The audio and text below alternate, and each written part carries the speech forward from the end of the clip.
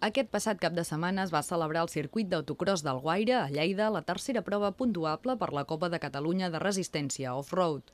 Uns 80 pilots procedents d'arreu de la geografia catalana i prop de 30 vehicles es van desplaçar al traçat lleidatà. Al tractar-se de la modalitat de resistència, els equips formats per 2 o 3 pilots van realitzar 2 relleus de 45 minuts cadascun, al llarg de les 3 hores que va durar la carrera. La jornada matinal va començar a primera hora amb les verificacions administratives i tècniques, continuant amb una única sessió d'entrenaments lliures. Així doncs, acabades les tandes d'entrenaments, els participants de la tercera prova de la temporada van formar la graella de sortida segons la seva classificació al campionat, després de les 2 curses disputades.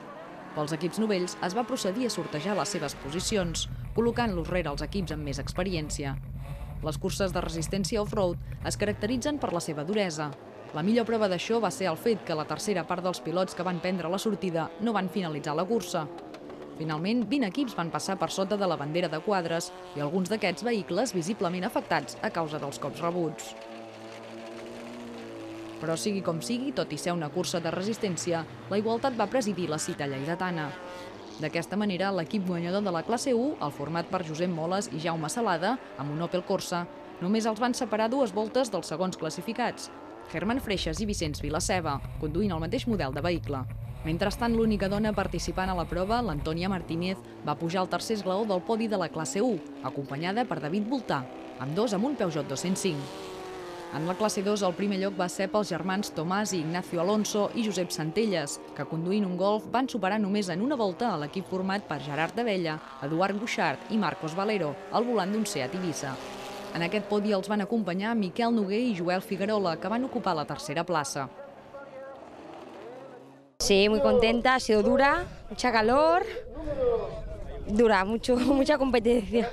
Bien, ha aguantado bien, no se ha roto nada, bien, ideal. La cuestión es dar vueltas.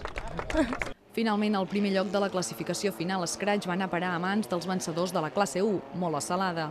El segon esgraó d'aquest podi, i a una volta del primer classificat, va ser pels germans Alonso i Josep Centelles. La tercera plaça va ser per l'equip Team TDI d'Abella, Bouchard i Valero, que desgrat seu es van convertir en un dels protagonistes de la cursa.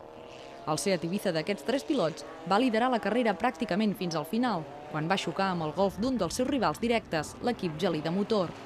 A conseqüència d'aquest incident, va creuar la línia d'arribada en tercera posició de la classificació Scratch, amb el cotxe molt tocat a l'haver patit una bolcada. Qui sí es mostrava completament satisfet era el Team Olost, format per Moles i Salada, vencedors tant de l'Scratch com de la classe 1. Perfecto, el coche no nos funcionaba muy bien, pero conservando hemos llegado primeros. Ha ido muy bien, mucha suerte, que es lo importante. La propera cita del campionat de resistència està prevista pel proper 3 d'octubre a Mollerussa. Malgrat tot, es pot donar la circumstància que la carrera de Masquefa, pendent de confirmació de la nova data, es disputi abans que la lleidatana.